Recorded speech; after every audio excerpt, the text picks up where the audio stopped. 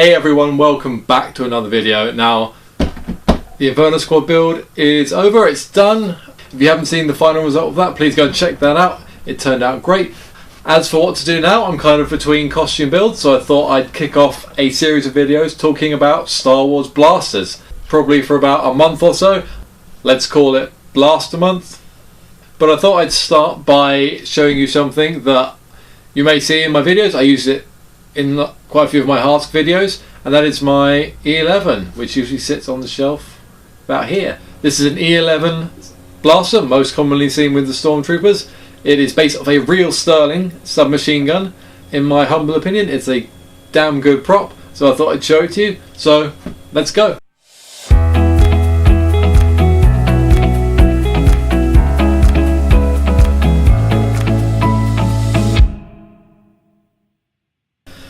So this right here is my hero prop E-11 blaster. It is built off of a real Sterling submachine gun, just like in the movie. And just like in the movie, I have just bolted the appropriate bits to it to make it into what we see as the Stormtrooper E-11 blaster. So I'm just going to go through some of the parts and show you what they are.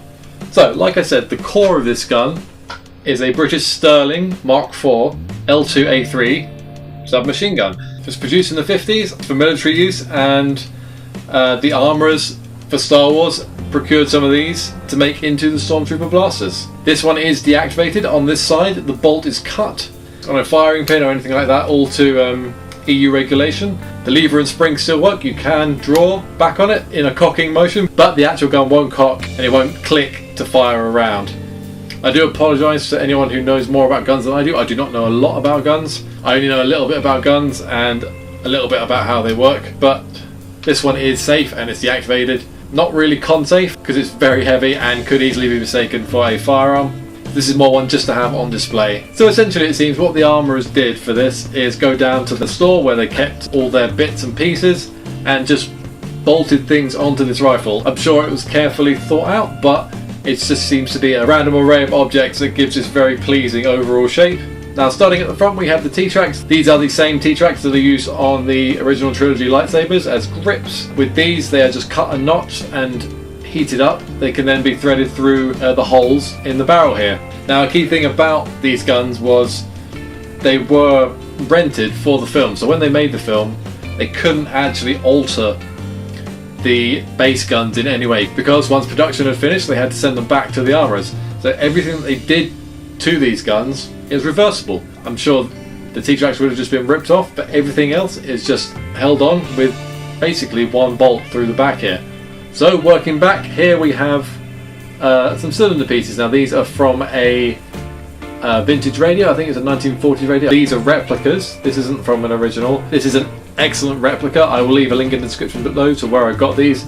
As with most films, there are different variants of the blaster throughout the movie as it changes from scene to scene, where ones perhaps weren't quite made the same, they got damaged during filming, that kind of thing. So a lot of the blasters have different parts on them. Some of them won't have the counter, they won't have this.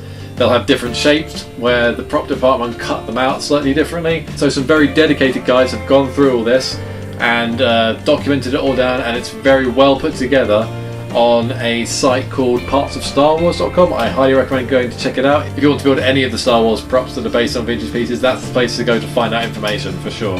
Now, working back even more, we have this, which is a scope from a tank. This is an M38 tank scope. This one isn't a real one. The real ones are quite rare and can be quite pricey. You can usually find them on eBay every now and again. This one is a solid machine brass one. It's very nice. Again, I'll leave a link in the description below to the maker.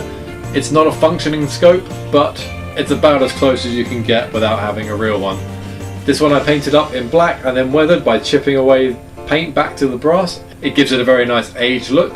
And the final thing really is the counterbox here. Now this is an industrial counterbox made by a company called Henxler. It's a German company, and again these are just attached to the side. A couple of different types of these we used through the movie. This one is based off of the Hero model.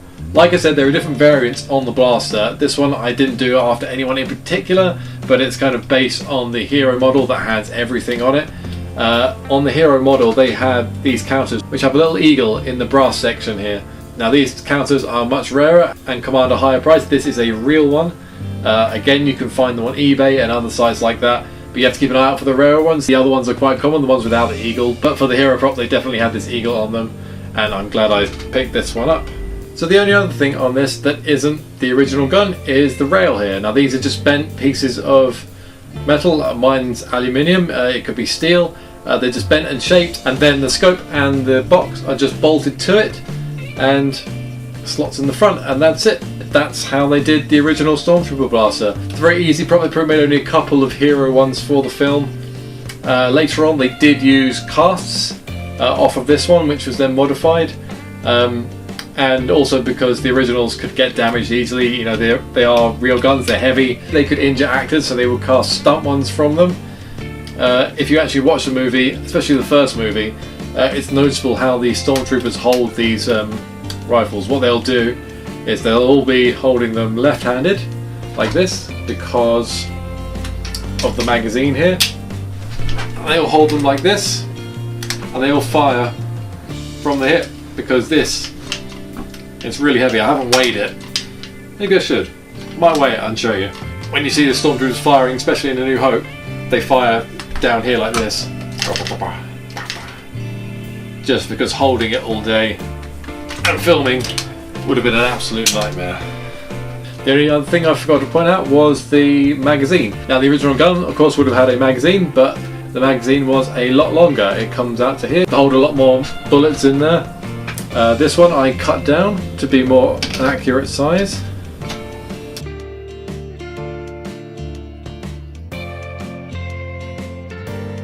There's some dummy 9mm rounds in there. But that's it really, that's my real sterling E-11 blaster.